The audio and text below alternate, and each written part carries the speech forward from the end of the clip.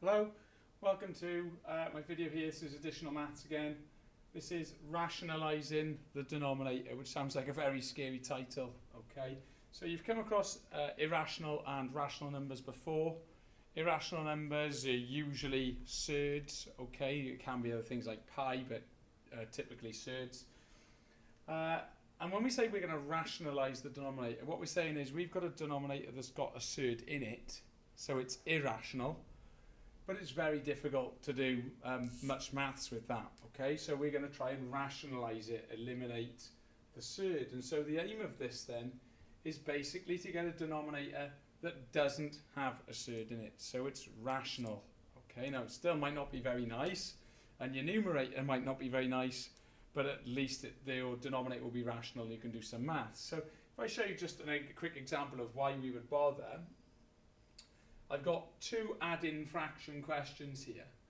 Okay, so the one on the left has got irrational denominators. We've got a root 3 and a root 5. And the one on the right has got rational denominators, just 3 and 5. Now you'll know that on the right, adding those together can't be done as they are now, but if you can get them to have a common denominator of 15, so times the first one top and bottom by 5, times the second one top and bottom by 3, you'll be able to add them together.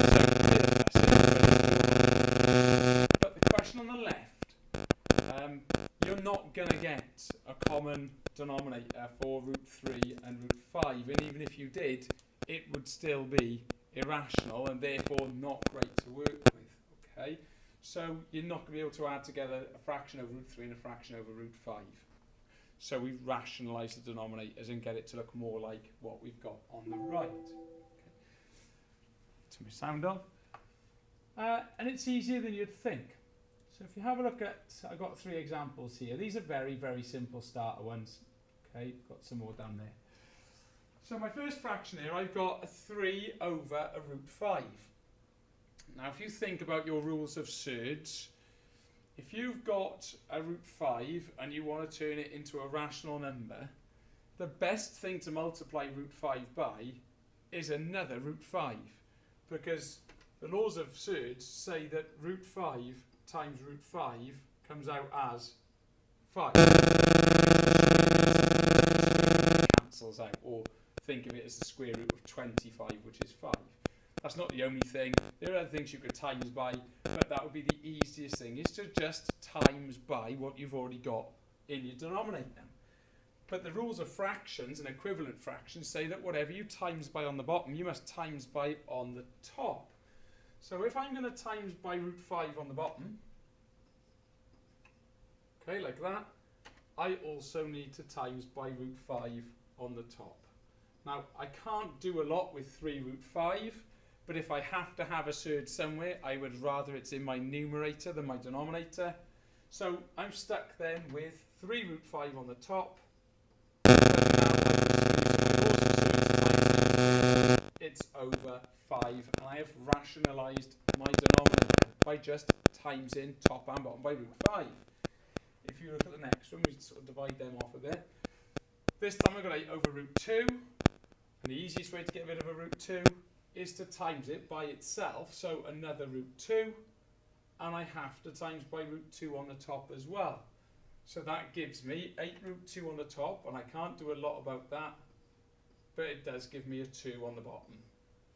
And then for the last one, well, I've got surds on the top and the bottom now, but it's the bottom that I want to rationalise. So rationalise the root 3, and I'll just have to deal with whatever I get on the top. So I get an extra root 3 on the bottom, I get a root 3 on the top.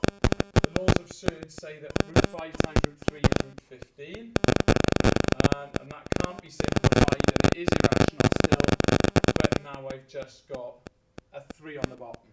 Okay, so at least I've got the opportunity now to go and do other things with that which I didn't have before. If I show you some slightly more difficult ones then, only because now they've got 2 terms on the top instead of 1, but the idea is exactly the same. I've got a root 2 on the bottom, I need to multiply through by root 2, but now because there are 2 terms,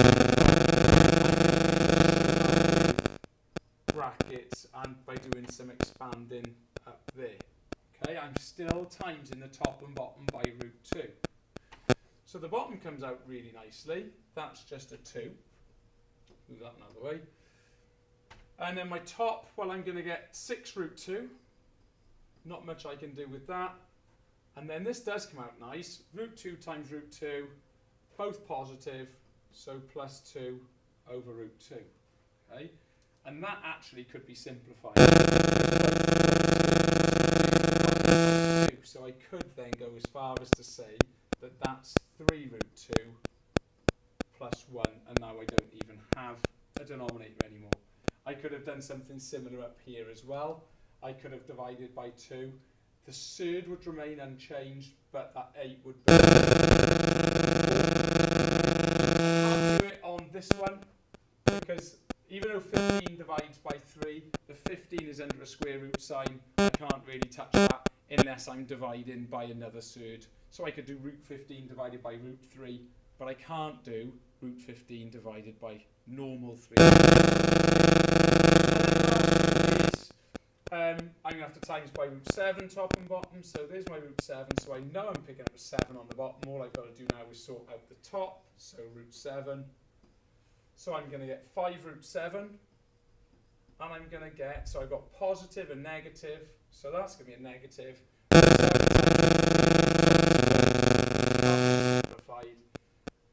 So that's probably about as good as I'm going to be able to do with that one.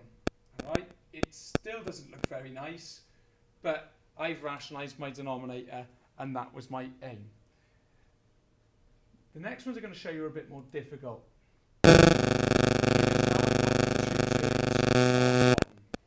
And so if I just say, well, I'm going to times by root 2, like I did earlier on, if I put a root 2 there, and I'll need brackets to multiply both terms, yes, these root 2's will cancel out and become 2, but I'm still going to have an 8 root 2 from there. So that's not going to work this time. That is not going to rationalise my denominator. So it's a little bit more complicated, not much.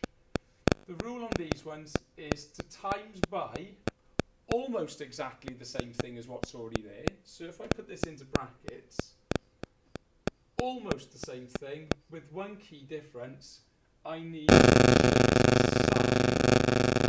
okay, and I'll expand all of this out for you in a second. Let me fill out my numerator. So if I'm timesing by 8 minus root 2 on the bottom, I need to times by 8 minus root 2 on the top as well.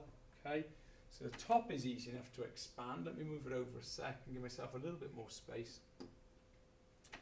I'm going to get 24 and minus 3 root 2 on the top. And the bottom I'm going to need to do a full expansion using FOIL. And hopefully you'll see why I needed to use the opposite sign when I decided what I was going to multiply by. So let's have a look. We've got 8 times 8, which is 64. We've got 8 times minus root 2. So that's minus 8 root 2. Then I'm going to get 8 times root 2, where they're both positive. So that's a plus 8 root 2.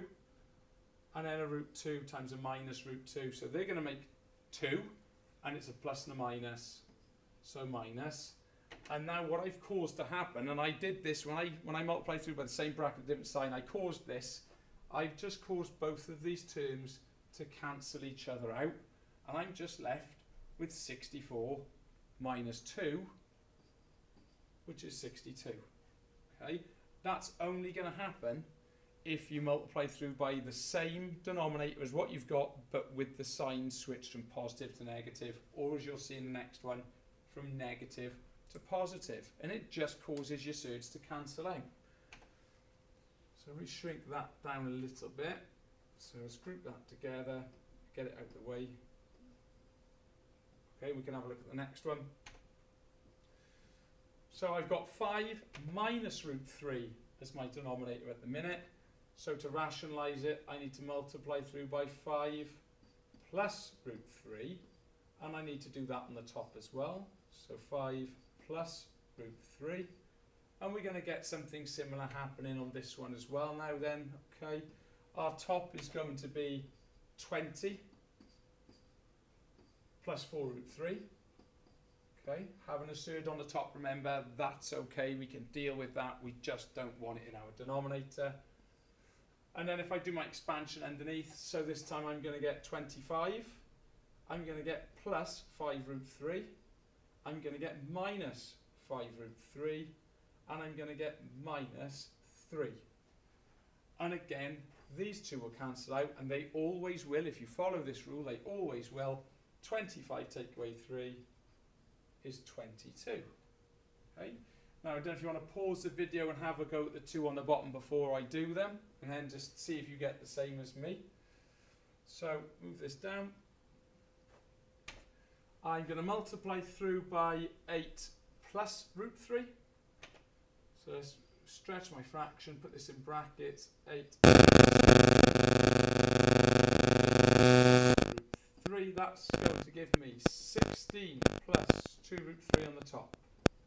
And on the bottom we're going to get 64 plus 8 root 3 minus 8 root 3 minus 3. Be careful, remember they go to 3 and you've got one positive, one negative.